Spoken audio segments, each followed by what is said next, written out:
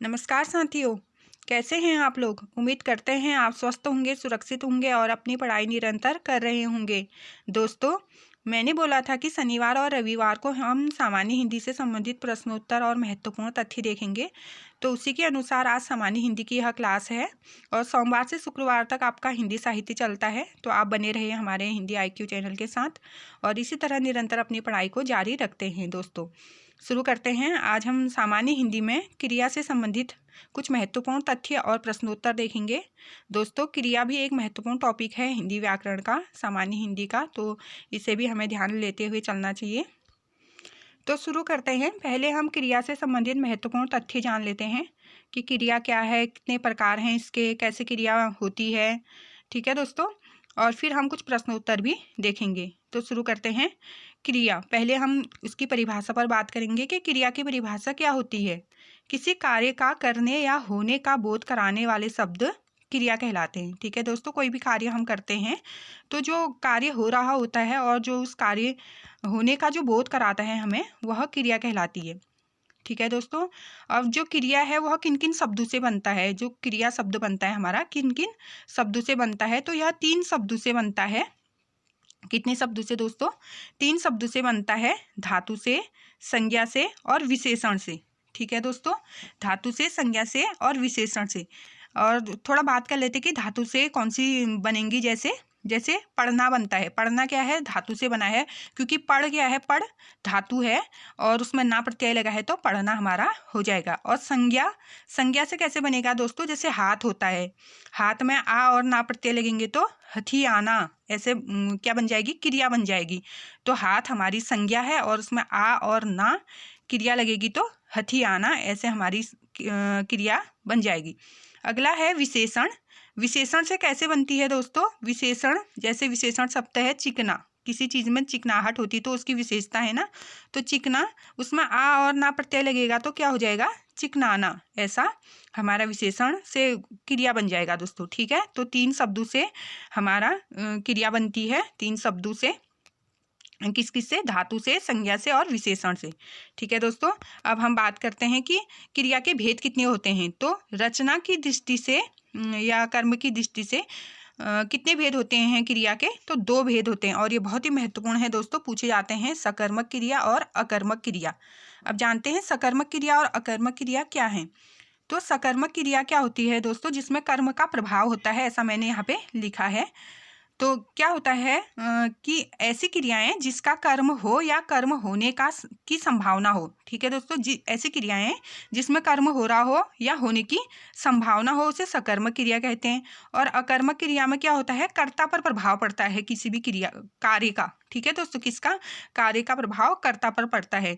जैसे जिन कर्ताओं का क्या व्यापार या परिणाम कर्ता पर होता है, उसे क्या कहते हैं? उसे अकर्मक क्रिया कहते हैं। ठीक है दोस्तों, इसमें कर्म नहीं होता है, ये भी ध्यान रखना है हमें। अकर्मक सकर्मक से इतना तो ध्यान आ रहा होगा कि सकर्मक मतलब कर्म है, अकर्मक मतलब कर्म नहीं है। तो इसका एक एक उदाहरण भी हम देख सकते हैं, सकर्मक या अकर्मक का। जैसे लिखना होता है, तो लिखना क्या है? जैसे लिखना है, लिखना क्या है? सकर्मक क्रिया है हमारे। क्यों? क्योंकि कुछ भी लिख रहा है, जैसे कविता लिख रहा है, क्या लिख रहा है, ऐसा भी बोल सकते हैं ना, क्या लिख रहा है।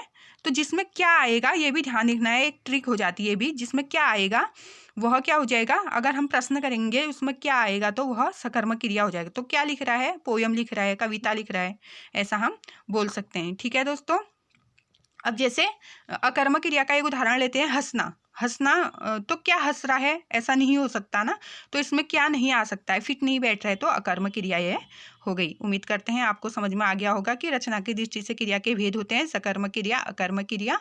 अगला है प्रयोग की दृष्टि से क्रिया के भेद। किसकी दृष्टि से? प्रयोग की दृष्टि से। प्रयोग करते हैं ना हम किसी भी चीज का, तो उसकी दृष्टि से क्रिया के भेद होते हैं। तो इसके कुल 5 भेद होते हैं दोस्तों। जैसे सामान्य क्रिया, इसमें क्या होता है? केवल एक ही क्रिया होती है दोस्तों। क्या होती है? केवल एक ही क्रिया होती है। एक ही क्रिया होती है। कैसे? जहाँ केवल एक ही क्रिया का प्रयोग होता है वहाँ क्या होती है? सामान्य क्रिया होती है। जैसे आप आए, वह नहाया, वह गया, वह आया, ऐसे। ठीक है दोस्तों, यह क्या हो जाएगा? हमारा सामान्य क्रिया के अंतर्गत आ जाएगा। जो दूसरा है संयुक्त क्रिया, इसमें दो या दो से अधिक क्रियाएं क्या होती हैं, एक साथ साथ चलती हैं, दो या दो से अधिक। जैसे वह खा चुका है, मतलब उसने खा लिया है, अब वो कुछ और कर रहा होगा, है ना। जैसे कविता महाभारत पढ़ने लगी, वह पहले उसने खाना खाया फिर वह महाभारत पढ़ने लगी, ऐसे भी। या पहले उसने पूजा की फिर महाभारत पढ़ने लगी। तो इसमें क्या हो रही है, संयुक्त क्रिया में दो क्रियाएं साथ साथ चलती हैं। ठीक है दोस्तों। अगला है नाम धातु। तीसरा क्या है दोस्तों हमारा, नाम धातु क्रिया। इसमें क्या होता है, संज्ञा सर्वनाम विशेषण शब्दों से बने क्रियापद क्या होते हैं, नाम धातु होते हैं। संज्ञा सर्वनाम और विशेषण से जो बने क्रियापद होते हैं वो नाम धातु क्रियापद होते हैं। जैसे हथियाना, शर्माना, अपनाना, ठीक है, ये क्या होते हैं, नाम धातु से बने क्रियापद होते हैं। चौथा है प्रेरणार्थक क्रिया। तो प्रेरणार्थक क्रिया क्या है, जिस क्रिया से यह पता चले कि कर्ता स्वयं कार्य को न करके किसी अन्य को उस कार्य को करने के लिए प्रेरणा देता है। ठीक है, अपना तो नहीं करता है उस कार्य को, लेकिन दूसरे को करने की क्या देता है, प्रेरणा देता है, वह प्रेरणार्थक क्रिया होता है। जैसे जैसे क्या हो जाएगा हमारा, जैसे हो जाएगा लिखवाना, ठीक है, दौड़वाना, ऐसा क्या हो जाएगा हमारा प्रेरणार्थक क्रिया हो जाएगा। ठीक है दोस्तों। अगला है पांचवा है हमारा पूर्वकालिक क्रिया। तो पूर्वकालिक क्रिया क्या होती है, किसी क्रिया से पूर्व यदि कोई दूसरी क्रिया प्रयुक्त हो तो वह पूर्वकालिक क्रिया हो जाती है। जैसे जैसे मैं अभी सोकर उठा हूँ, तो मैं अभी सोकर उठा हूँ, ठीक है, तो पूर्ण हो गई है वह क्रिया, उसकी जो सोने की क्रिया है वह पूर्ण हो गई है, तो यह क्या है, पूर्वकालिक क्रिया है। ठीक है दोस्तों, उम्मीद करते हैं आपको समझ में आया होगा। अब हम चलते हैं अपने प्रश्न उत्तर पर। तो हमारे प्रश्न है दोस्तों, प्रश्न संख्या 1 है, कर्म रचना के आधार पर, कर्म या रचना जो भी कह सकते हैं, रचना के आधार पर या कर्म के आधार पर ऐसा पूछा जाएगा। तो क्रिया के कितने भेद हैं, तो हमने अभी अभी पढ़ा है कि रचना और कर्म के आधार पर हमारी क्रिया के कितने भेद हैं, 2 भेद हैं दोस्तों। ठीक है, ऑप्शन है 3, 2, 4, 6, तो हमारे 2 भेद हैं। ये गलती से आ गया है, ये नहीं है, 6 है ये। ठीक है दोस्तों, तो 2 भेद हमारे हैं, कर्म और रचना के आधार पर। कौन से, सकर्मक और अकर्मक, अभी हम उस पर बातें कर चुके हैं। उम्मीद है आपको समझ में आया होगा दोस्तों। अगला है श्याम ने खाना खाया होगा। क्या है दोस्तों, खाया होगा, ये क्रिया है। ठीक है, हमें क्रिया पे ध्यान देना है।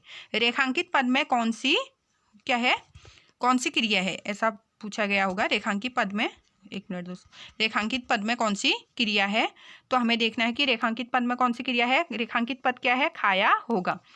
अपूर्वभूत, हेतु हेतु मदभूत, संदिग्ध भूत या आसन्न भूत। तो क्या है दोस्तों, संदेह हो रहा है ना, उसे खाया होगा या नहीं खाया होगा, ऐसा संदेह हो रहा है, तो संदिग्ध भूत हमारी यह क्रिया हो जाएगी।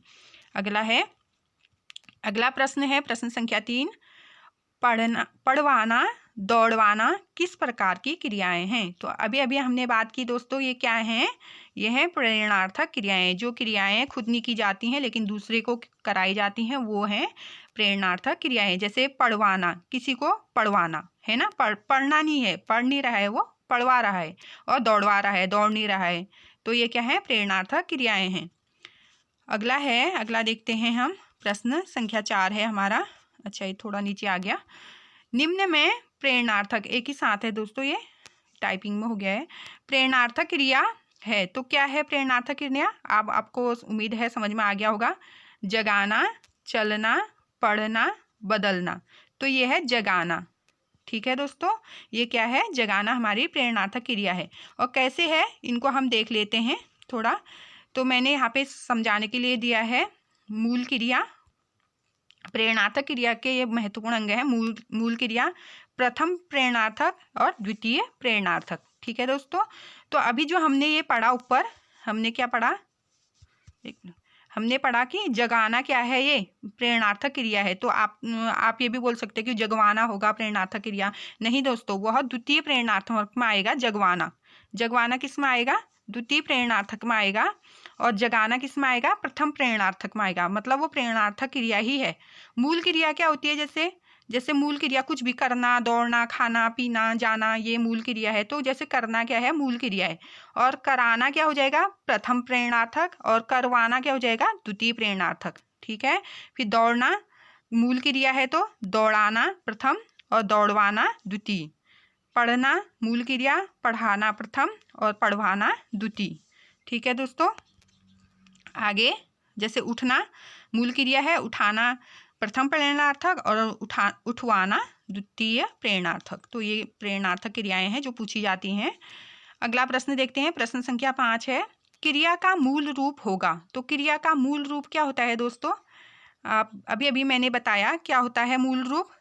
क्रिया किन शब्दों से बनती है, ऐसा भी प्रश्न आ सकता है। निम्न में से क्रिया किन शब्दों से बनी है, ऐसा भी आ सकता है। तो प्रश्न अमूमन पूछा जाता है कि क्रिया का मूल रूप क्या है। व्याकरण, कर्म, धातु, भाषा। क्या है दोस्तों? ऑप्शन सी, धातु होती है क्रिया का मूल रूप। अगला प्रश्न देखते हैं, प्रश्न संख्या 6 है हमारा, निम्न में सकर्मक क्रिया है। अब क्या देखना है हमें? सकर्मक क्रिया। मैंने क्या बोला था, जिसमें क्या आएगा प्रश्न बनाने पर, जिस शब्द से क्या बन सकता है वाक्य बनाने में, तो वह क्या हो जाएगा? हमारा सकर्मक क्रिया हो जाएगी। जैसे चलना है, सोना, मुस्कुराना, लिखना। तो क्या चल रहा है, ऐसा बन सकता है? नहीं बन सकता है। सोना, क्या सो रहा है, ऐसा भी नहीं हो सकता है। क्या मुस्कुरा रहा है, ऐसा भी नहीं हो सकता। क्या लिख रहा है, ऐसा हो सकता है। तो ऑप्शन डी हमारा सही हो जाएगा, सकर्मक क्रिया क्या लिख रहा है। ठीक है, हम आंसर में दे सकते हैं कविता लिख रहा है, कहानी लिख रहा है, ऐसे हम आंसर दे सकते हैं।